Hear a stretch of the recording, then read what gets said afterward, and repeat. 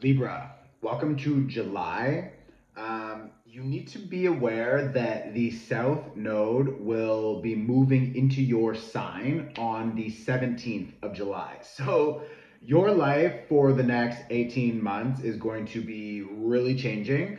And this sort of reflects that. This looks like through July, there could be an opportunity for you to really sort of like uncover deeper wounds and pain.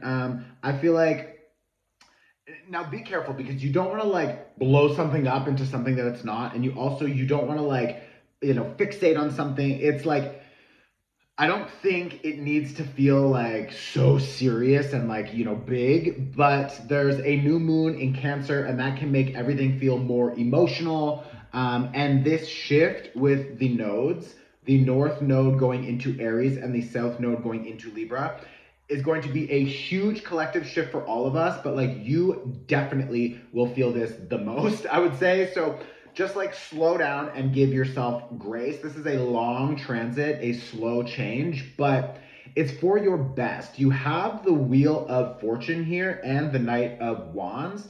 So I definitely feel like you're moving towards, like, you have an opportunity to expand in new ways. I also feel like there's maybe new travel or just experiences that you want. Maybe you want to just go out, try new things, like experience a new culture or new foods or flavors or something like that. I also feel like it would be very good for you to get more creative time and to just take time for fun. Like, not because you want to, I mean, you can go out and learn something, of course. Like, if you want to take a course or whatever, like, do that for sure. But, like, not everything that you should be doing is like because you have a goal, because you, like, the only goal should be to just like let go entirely and to play, not like to learn or to improve or to like focus or to, it's just like just have fun for fun. Like, that's the kind of thing that's going to be really important for you, because I feel like there's a lot of change. Your first card was a Three of Swords, so you may find that there are a lot of old emotions coming up, a lot of triggers from external people or old projects or things. And what's important to understand, because I also have a Ten of Wands here reversed and I have a King of Pentacles reversed, is that like when something on the surface is triggering, maybe your reaction to it is like, "Woo," but it's because there's something a lot deeper that that is what you need to be paying attention to. That like deeper issue, deeper feeling, deeper awareness of whatever on the surface is happening. So maybe there's a fight or a reaction or excitement or a projection or something, but it's like, okay, notice that that's happening. Good. That's like the first step. And then the second step is like, okay, wait, what is behind it though? What is like the driving force? Now, it's really important that you begin to uncover like the deep psychology, the muscle memory, like the fascia I'm hearing. It's like whatever is in your body, in your reaction, in your mind, like these old ways of responding, these old traumas or trapped emotions or trapped just energies that are in the body that are still not fully processed. It's like that is where your attention needs to go for the next like 18 months. And I don't mean that it's going to be like so overwhelming, so much healing nonstop. Like, that's not what I'm saying. But like when you're noticing over the next, 18 months, because that's how long the South node will be in your sign, when you're noticing that you're like, ugh, I'm really triggered, it's like, okay, what is behind it? How do you excavate it? Understand it, because these are the things that are controlling you, okay? This is the devil. So, like, these are the old energies, the old programs, the old fears, the old ideas, self limiting beliefs, like, whatever. But it's like, these are the old energies that are still in your body. So you're feeling that trigger, and then it's like you need to identify it. And then with the Ten of Wands here reversed and the Four of Cups, you need to just say, like, this energy, this reaction, this process doesn't serve me now. So I'm willing and ready to drop it. And then when you can recognize it, that's like perfect. Now you're illuminating it. Then you can start actually letting it go, and you can begin to invest your time, energy, money into new habits, new cycles, new connections, new projects, new ways of being, new behaviors that will help you rewrite your identity and your personality and your future and your story. And like that is what the North Node in Aries is helping us do. So the North Node in Aries is opposite of you. And that will be helping you and leading you to a new version of yourself, which is beautiful, but you can't have both. You can't create this new life if you're still holding on to the past, right? So like, there's so much to talk about for this. I'm gonna just focus on these tarot cards now, but that nodes changing for you is probably the most important thing that will happen to you this year. Okay, so keep that in mind. I have a workshop. I'm going to post it below. It will be uploaded at the very latest on the 17th. So check out my website and you will find it there. Okay, there's a lot of other things happening here. I feel like a lot of you are going to be thinking about the things that you want to stop investing in emotionally. So again, old stories, maybe some connections, relationships, love, friends, family, whatever. But like when you decide to be like, okay, I'm going to change these habits. Like I'm going to stop investing my time or my energy into these things because I don't really think they serve me now. It's like with the Five of Cups, part of you could feel like you're really losing something. You're really missing out on something if you stop hanging out with those people, if you stop going out to those parties, if you stop, it could be as simple as like, you want to stop just scrolling on your phone all night. But like when it's bedtime, something inside of you doesn't want to stop, doesn't want to put the phone down. You don't want that. You want to just hold on. It's just like because it's a habit, or it's like your morning coffee. You're just like, no, I don't want to stop, or I don't want to stop drinking my morning coffee. It's like after 2 weeks, 3 weeks, you won't even think about it. Like you'll be fine. But it's like when you start, you can feel that internal struggle and that like conflict and that like, ugh. And it's like, that is because we're focusing on, the things that we're losing.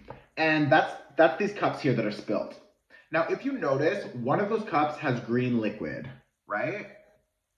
It's because it's actually poison. So it's like, you maybe think that you are losing something that you value because 3 cups have spilt, but 2 of those cups that spilt, yes, they had value, they were wine or whatever, like it's red here.